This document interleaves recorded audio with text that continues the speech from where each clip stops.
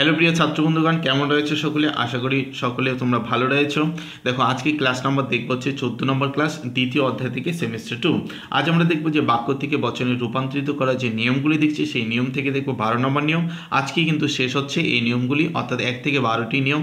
খুব ভালো করে নোট করবে, নোট করে এগুলো পড়তে থাকবে, দেখবে যে কোনো বাক্য থেকে তোমরা বচন করার সময় কোনো রকম অসুবিধে হবে না। ঠিক আছে? চ্যানেলে যারা নতুনরা রয়েছে অবশ্যই চ্যানেলটি সাবস্ক্রাইব করে ভিডিওটিকে লাইক করে দিবে বন্ধুরা। দেখতে পাচ্ছি যে তোমরা হয়তো ক্লাসগুলো সকলে দেখছো না, এবং যারা দেখছো তারা কিন্তু কোনো রকম লাইক এবং কমেন্টও করছো না।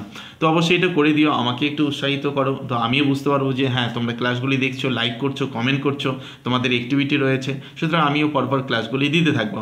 এইভাবে যদি দেখা যাচ্ছে যে তোমরা ক্লাসগুলি ঠিকঠাক মতো দেখছো না, বা ভিডিওতে কোনো কমেন্ট করছো না, বুঝতে পারছো কি না সেটাও বলছো না, তাহলে কিন্তু আমি কি বুঝবো? তাহলে আমি বুঝবো যে হয়তো তোমরা ক্লাসগুলি কেউ দেখছো না, অথবা তোমাদের কোনো প্রয়োজন নেই।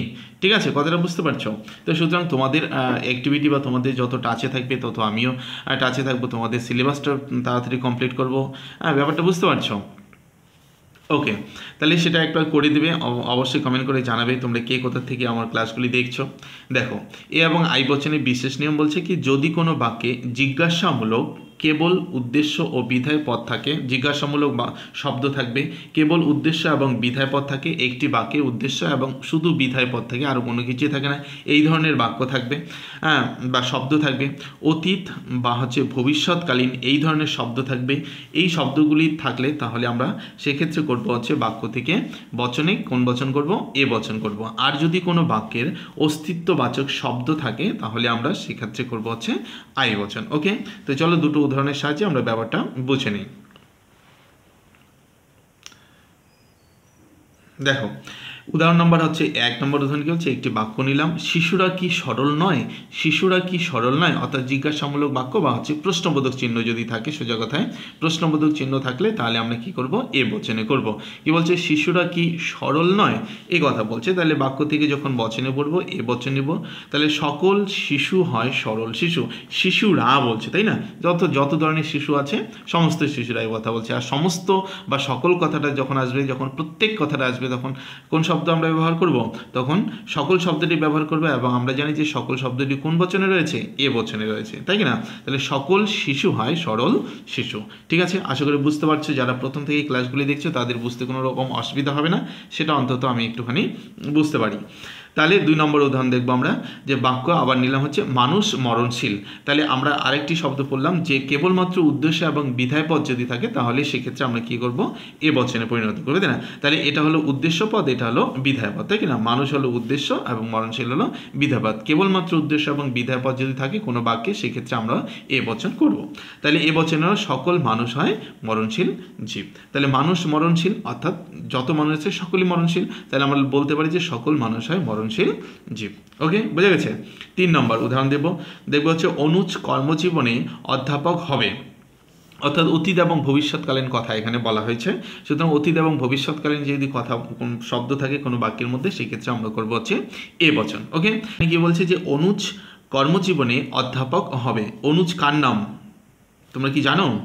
যদি কেউ জেনে থাকো তাহলে অবশ্যই কমেন্ট করে জানাবে। দেখেছো, অনুজ কর্মজীবনে অধ্যাপক হবে, আমরা এক্ষেত্রে করবো হচ্ছে এ বচন। তাহলে অনুজ হয় এমন ব্যক্তি যে কর্মজীবনে অধ্যাপক হবে। তাহলে অনুজ হয় এমন ব্যক্তি যে কর্মজীবনে অধ্যাপক হবে। দেখবো 4 নম্বরের উদাহরণটা কি বলছে, মানুষ আছে, তাই না?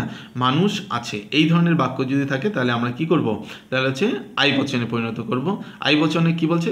যদি কোনো বাক্যে অস্তিত্ববাচক শব্দ থাকে, মানুষ আছে, ভূত আছে, ঠিক আছে, রাম আছে, শ্যাম আছে, বা ধরো এই ধরনের কিছু, সূর্য আছে, চন্দ্র আছে, চাঁদ আছে, ইত্যাদি শব্দগুলো থাকলে আমরা কি করব? সেটা হচ্ছে আই বচন করব। তাহলে মানুষ আছে, তাহলে কোনো মানুষ হয় অস্তিত্বশীল জীব। মানুষ আছে, তাহলে অস্তিত্বশীল বলা আছে, যে মানুষ আছে, মানুষের অস্তিত্ব রয়েছে, ঠিক না? তোমার বাক্যটি কি বলছে? ভূত আছে, তাই না?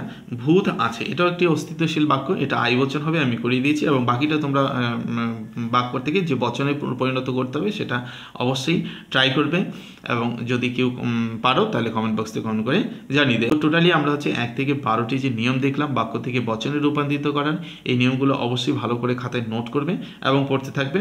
বাক্য থেকে বচনে রূপান্তরিত করার কোনো রকম সমস্যা হবে না। ওকে, তোমাদের দায়িত্ব বন্ধুরা তোমরা একটু সাপোর্ট করো, ঠিক আছে? তোমাদের ফ্রি অফ কস্ট আমি বুঝিয়ে দিচ্ছি, নোটগুলো দিয়ে দিচ্ছি, তোমাদের একদম ফুল প্রিপারেশান আমি এখান থেকে করিয়ে দেবো, সমস্ত সিলেবাসটা কমপ্লিট করাবো, সুতরাং তোমরা সাপোর্ট করো। ওকে, এরপরের দিন আমরা করবো হচ্ছে সাপেক্ষ বচন। সাপেক্ষ বচন যে বিভাগগুলো রয়েছে প্রাকল্পিক বৈকল্পিক সেগুলো করব। তারপরে বৈধতা অবৈধতা রয়েছে, ঠিক আছে, ভ্যালিড ইনভ্যালিড এগুলো কীভাবে বিচার করতে হয়, আরও অনেক কিছুই রয়েছে এই চ্যাপ্টার থেকে, সুতরাং সেগুলো আমরা করব। আজকে ক্লাসটা এই অবধি রয়েছে, তো ভিডিওটাকে একটি লাইক করে দিও, চ্যানেলে যদি তুমি নতুন হয়ে থাকো অবশ্যই চ্যানেলটি সাবস্ক্রাইব করে বন্ধুদের মাঝে শেয়ার করে দিও।